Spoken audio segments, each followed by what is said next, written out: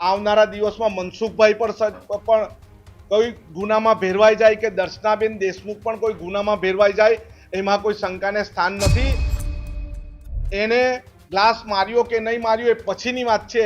મારું માથું ફોડી નાખવામાં આવ્યું, મને પાંસળી મારી ભાંગી નાખવામાં આવી, છતાં પણ એના પર 302 નો ગુનો દાખલ કરવામાં ન આવ્યો અને મારા પર જ 3 જેટલા ગુના લગાવવામાં આવ્યા। એટલે આ ચેતરભાઈની સાથે સમગ્ર આદિવાસી સમાજ છે, અમે એમની સાથે રહીશું। જે આદિવાસી સમાજના વિપક્ષી નેતાઓ છે, શું એમને પણ આ જ પ્રકારે જેલમાં નાખવામાં આવશે? હવે જોવાનું રહેશે મનસુખ વસાવા અને દર્શના દેશમુખ સામે પણ શું આ જ પ્રકારની કાર્યવાહી આનંદ પટેલના દાવા પ્રમાણે થાય છે? આખો વિડીયો જોતા પહેલા હજુ પણ અમારી ચેનલને સબસ્ક્રાઇબ નથી કરી તો યુટ્યુબ પર સબસ્ક્રાઇબ કરો અને ફેસબુક અને ઇન્સ્ટાગ્રામ પર ફોલો કરો। ગઈકાલે ગુજરાતભરની અંદર રાજકીય ચર્ચાઓએ જોર પકડ્યું હતું। ચેતર વસાવા કે જેનો 2023નો કેસ ચર્ચામાં આવ્યો અને ત્યારબાદ તેના સહિત એ તમામ આરોપીઓ હતા તેમને જે જેલની સજા 7 વર્ષની પડી, ત્યારબાદ હવે આવનાર સમયમાં સાંસદ મનસુખ વસાવા જશે જેલમાં। શું ધારાસભ્ય દર્શના દેશમુખને પણ જવું પડશે જેલમાં? આવા સવાલો એ કોંગ્રેસના ધારાસભ્ય અનંત પટેલના નિવેદનથી ખૂબ ચર્ચા રહ્યા છે। મનસુખભાઈની પણ કોઈ ગુનામાં સંડોવણી જોવા મળશે આવી વાત એ કોંગ્રેસના ધારાસભ્ય અનંત પટેલે કરી છે। દર્શનાબેન દેશમુખનું નામ પણ સામે આવી શકે છે। હા, જી હજુરી વાળી સરકાર છે એવી વાત અનંત પટેલે કરી છે। ધારાસભ્ય અવાજ ઉઠાવે તો એના પર ગુનો દાખલ થાય છે। મારું માથું ફોડી નાખવામાં આવ્યું છતાં આરોપી પર 302 નો ગુનો દાખલ કરવામાં ન આવ્યો। મારા ઉપર જ 3 જેટલા ગુના છે તે દાખલ કરવામાં આવ્યા। ચેતર વસાવાએ સમગ્ર આદિવાસી વિસ્તારનો મસીહા હોવાની વાત એ કોંગ્રેસના ધારાસભ્ય અનંત પટેલે કરી છે। અનંત પટેલ ચેતર વસાવાના સમર્થનમાં આવ્યા છે। સમર્થનમાં આવી અને તેઓએ ભારતીય જનતા પાર્ટીના સાંસદ મનસુખ વસાવા અને ધારાસભ્ય દર્શના દેશમુખને લઈ પણ નિવેદન છે તે આપ્યું છે। નિવેદનમાં તેઓએ કહ્યું છે કે આગામી દિવસોમાં તે પણ જેલમાં જઈ શકે છે।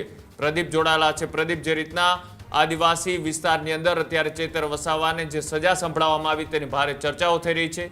રાજકીય નેતાઓ પણ સમર્થનમાં આવી રહ્યા છે અને કોંગ્રેસના ધારાસભ્ય અનંત પટેલનું આ નિવેદન અને નિવેદન પછી આગામી દિવસોમાં જે એમને મનસુખ વસાવા અને દર્શના દેશમુખને લઈ કહ્યું છે, શું વધારે માહિતી?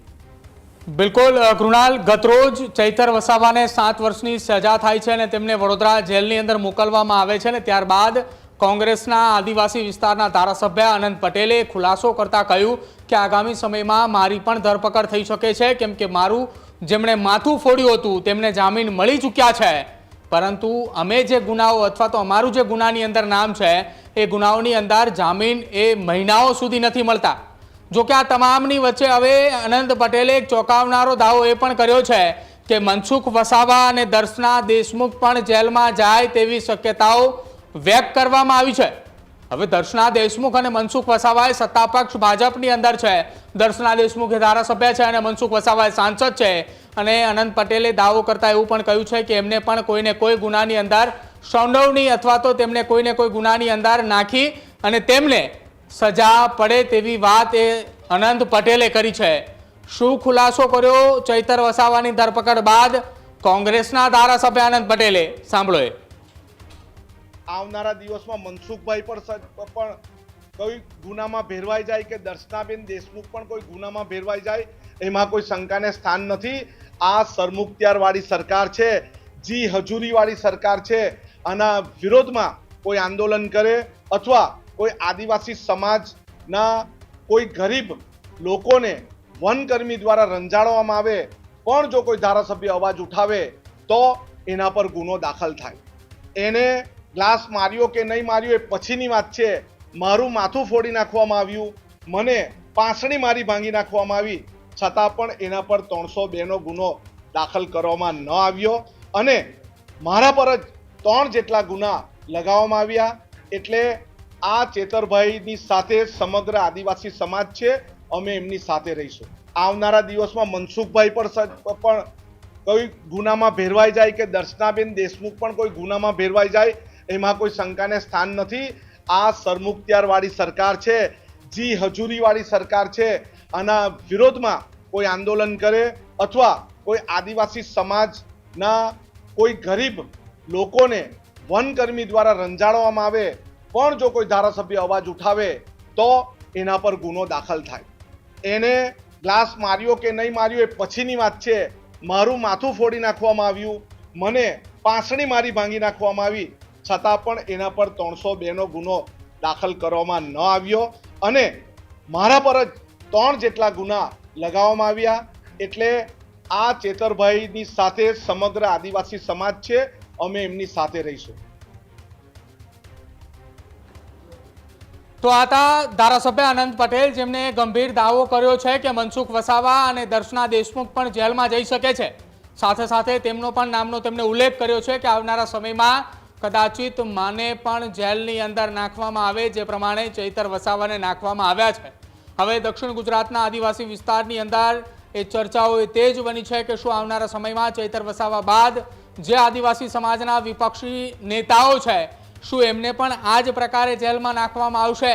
જો કે વિપક્ષી નેતાઓએ તો પોતાની જાતને જેલમાં નાખવા માટેની તૈયારી પણ દર્શાવી હોય તે પ્રકારની વાત એ અનંત પટેલ કરી રહ્યા છે. હવે જોવાનું રહેશે મનસુખ વસાવા અને દર્શના દેશમુખ સામે પણ શું આ જ પ્રકારની કાર્યવાહી અનંત પટેલના દાવા પ્રમાણે થાય છે કે કેમ? કૃણાલ. જી બિલકુલ, આભાર જોડાવા બદલ, માહિતી આપવા બદલ. તો ફરી એક વખતે દક્ષિણ ગુજરાત અને આદિવાસી વિસ્તારનું એ રાજકારણ ગરમાયેલું છે અને જે રીતના ચૈતર વસાવાને જેલની સજા છે તે સંભળાવવામાં આવી છે, ત્યારબાદ હવે આગામી દિવસોની અંદર એ ત્યાં રાજકીય રીતના કેવા પ્રકારનો માહોલ સર્જાય છે અને જે રીતના એ લડાઈ આમ આદમી પાર્ટી, કોંગ્રેસ અને ભારતીય જનતા પાર્ટી વચ્ચે સીધી રીતના જોવા મળી રહી છે, એ લડાઈની અંદર હવે કેવા પ્રકારના ટ્વિસ્ટ આવે છે એ પણ જોવાનું રહેશે.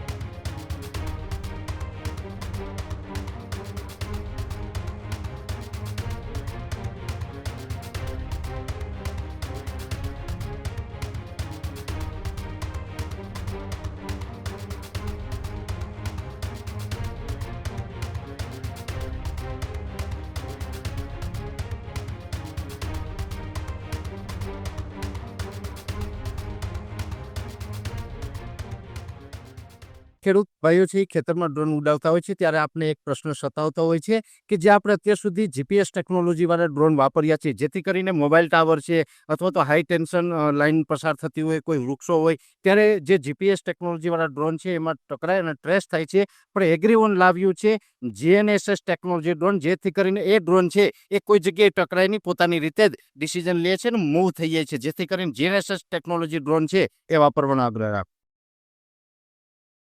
આ જ પ્રકારની તમામ અપડેટ જોવા માટે ન્યૂઝરૂમ ગુજરાતને લાઇક, શેર અને સબસ્ક્રાઇબ કરવાનું ભૂલતા નહીં.